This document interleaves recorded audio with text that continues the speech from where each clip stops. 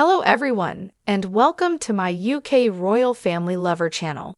I hope everyone is having a wonderful day. Before we begin, please hit the subscribe button and give this video a thumbs up. Lord Charles is more right than wrong to make illustrious reductions. This is how else he might set aside cash. Since climbing to the lofty position, the ruler genuinely wants to fix the regal satchel strings. Yet there is even more he should think about doing.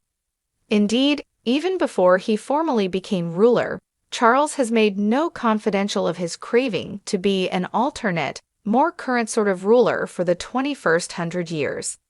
His solid favorable to environmentalism position put him relatively radical when he initially caused to notice the issue a very long while back.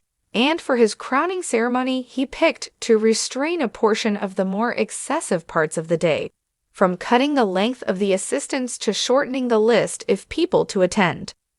Charles came to control simultaneously as an overwhelming cost for most everyday items emergency, empowering him to try his conviction that the regal family ought to be thinned down, with less working royals, and subsequently less individuals subsidized by the citizen, to mirror the general public we live in.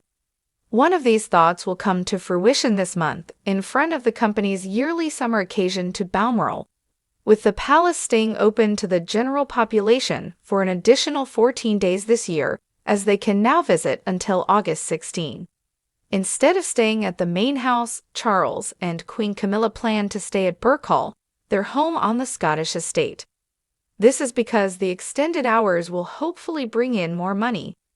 Assuming the new opening times go down well with vacationers, it ought to be carried out across other regal properties, with the majority of them open to the public when the royals are not in home.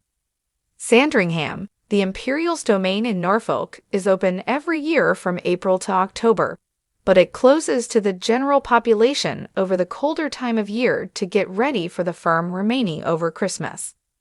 Individuals can venture out down to St. Mary Magdalene Church on the domain on Christmas Day to see the royals go to their Christmas chapel gathering and welcome them coming back. But it is not yet clear whether this is an honor that individuals would pay for.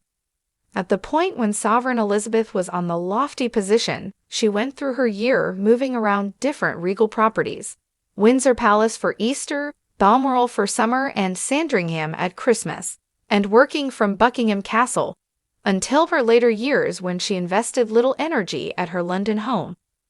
The castle has been going through broad redesigns throughout the course of recent years, which actually presently can't seem to be finished, and have been one more channel on the illustrious funds, with the new ruler sovereign still in home at Clarence House. Charles and Camilla have lived in the house, which is next to St. James's Palace and can be reached by foot from Buckingham Palace, for nearly 20 years. Once the palace's renovations are finished, they may not want to leave it. Some have hypothesized that in the event that the ruler never moves into the notable structure, he ought to keep it open as an exhibition hall or stretch out its traveler visiting hours to assist with getting additional cash. There's no question it could get further income and potentially considerably more worldwide guests to London, helping the country's economy in general, so why not feel free to open the entryways for all time? The Lord's arrangement to have less working royals, only 7 key individuals, has additionally seen reserve funds as any non-working regal needs to take care of themselves. The thin-down approach isn't simply restricted to individuals in any case, as the regal property portfolio will probably be diminished in the event that Charles doesn't wish to seem, by all accounts, to be displaying his abundance. It seems like Highgrove, his dearest family home in Gloucestershire, will remain, as will Birkhall and his vacation home in Transylvania, which he leases to holidaymakers when he isn't in home. Anyway, his Welsh home Ulwynnermod is supposedly available to be purchased, while the properties he kept up with as Sovereign of Greens, for example, Dumfries House, have now given to ruler William. Charles bought the property in 2007 with the intention of renovating the house and its grounds. However, since Dumfries House is now a popular tourist destination on its own, he should probably sell it as well. The issue of void regal properties has tormented the family during the ongoing monetary environment, with the Duke and Duchess of Gloucester's previous home at Kensington Castle staying with next to no inhabitants for almost 4 years.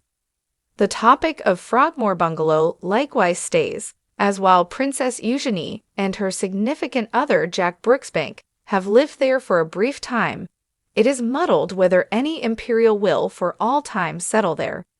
The king must sell perfectly usable homes, which would be a welcome addition to the royal coffers, if he wishes to fulfill his obligation to lead by example. Thanks for watching. If you like this video, so please don't forget to subscribe my channel and don't miss any update.